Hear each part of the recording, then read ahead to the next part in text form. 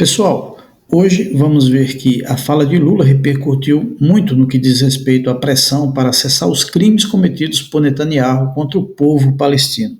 Temos também depoimento do ministro Padilha ressaltando esse impacto, a representante da África do Sul também usando o termo genocídio para descrever o que ocorre em Gaza, e na Globo News, a matéria que destaca que os Estados Unidos, tradicional passador de pano do governo israelense, irá propor cessar fogo na ONU.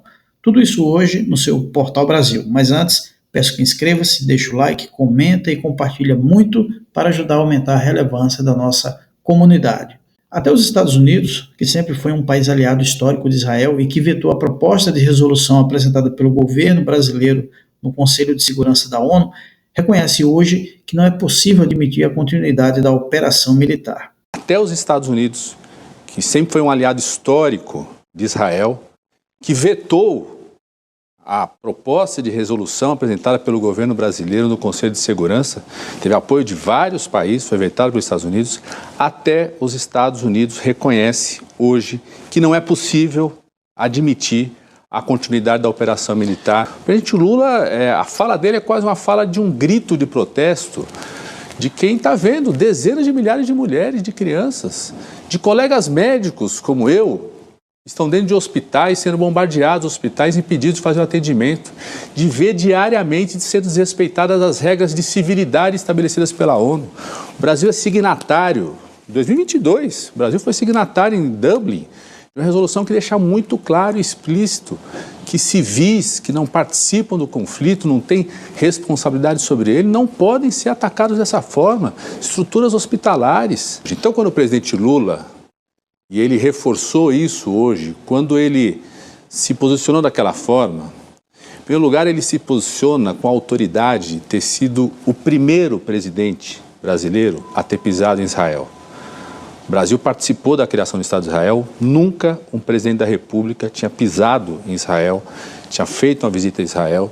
O presidente Lula fez isso nos seus 2 primeiros governos, reforçando a cooperação com Israel.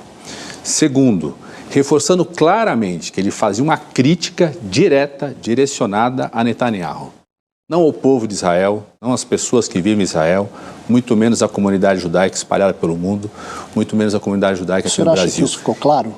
Ficou claro e sensibilizado profundamente, Aldo, pelas dezenas de milhares de mortes que estão acontecendo na Palestina. Não à toa os Estados Unidos, que nunca teve uma posição como essa, se indignou.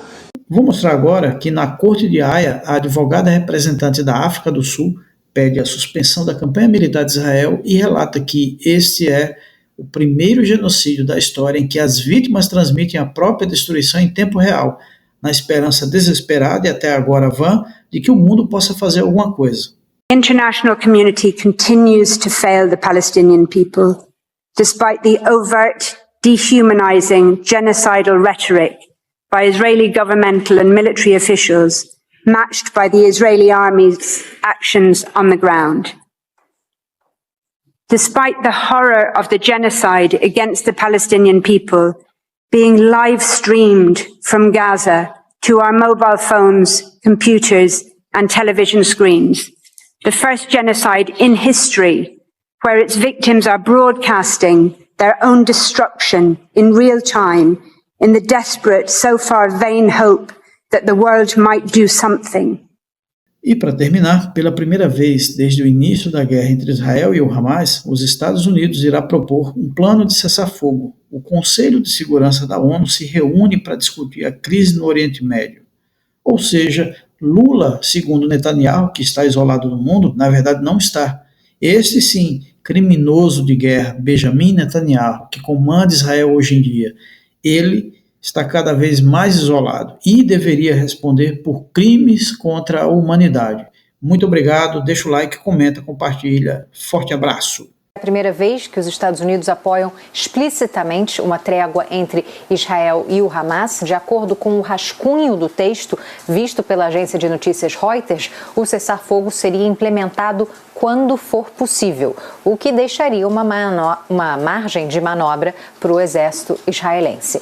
A proposta americana ainda mostra oposição aos planos de Israel de invadir Rafah, cidade mais ao sul da faixa de Gaza, onde 1,5 milhão de palestinos deslocados pela guerra buscaram refúgio. E pede ainda a libertação de todos os reféns mantidos em cativeiro pelo Hamas. Os Estados Unidos, no entanto, já sinalizaram que vão vetar uma proposta da Argélia que deve ser debatida ainda hoje no Conselho de Segurança e pede uma pausa imediata nos combates. Vamos acompanhar.